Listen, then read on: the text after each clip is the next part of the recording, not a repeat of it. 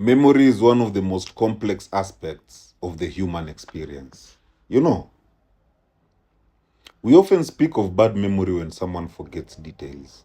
And we speak of selective memory when someone remembers only what benefits or even protects them. Eh? Now, at first glance, they seem different. But in truth, there's a thin line between those two.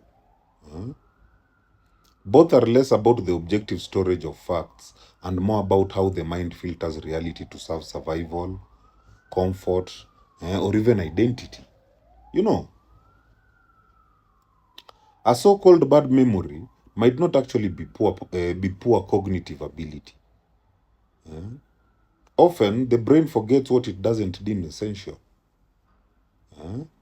This can overlap with selective memory, where the mind unconsciously edits reality, holding on to what supports one's belief, emotions, or even survival, and discarding what feels threatening or unnecessary.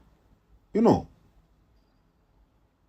like for example, someone in trauma may forget certain events. That is bad memory. But really, the mind is protecting them from pain. Now, that is selective memory. Or even, a person may remember every detail of an argument, but conveniently forget their own contribution. Again, a form of selective recall. The thin line lies in the intention of the mind.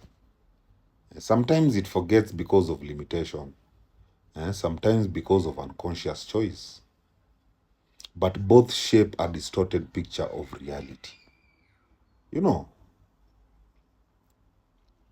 psychologically, memory is not a camera. It is reconstructive.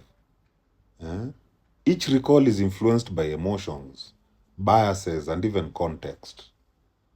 So, bad memory may stem from cognitive overload, stress, or even lack of attention, while selective memory reflects defense mechanism like repression, denial, or even self-preservation. You know, this is why witnesses to the same event often recall very different stories. Memory serves not just truth, but identity. We remember what reinforces who we believe we are, and we forget what threatens that self-image. You know, both bad and selective memory, therefore, are ways the psyche maintains stability, even at the cost of accuracy. You know, spiritually, memory is not just data storage. It is energy imprint.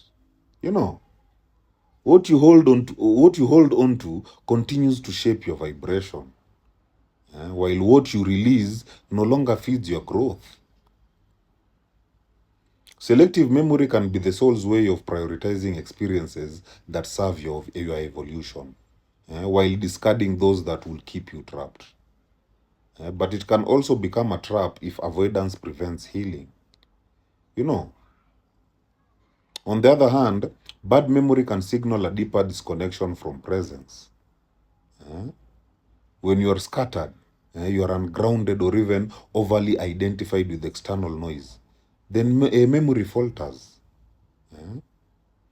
Yet when you are fully present, memory becomes less about clinging to past events and more about accessing timeless wisdom. You know,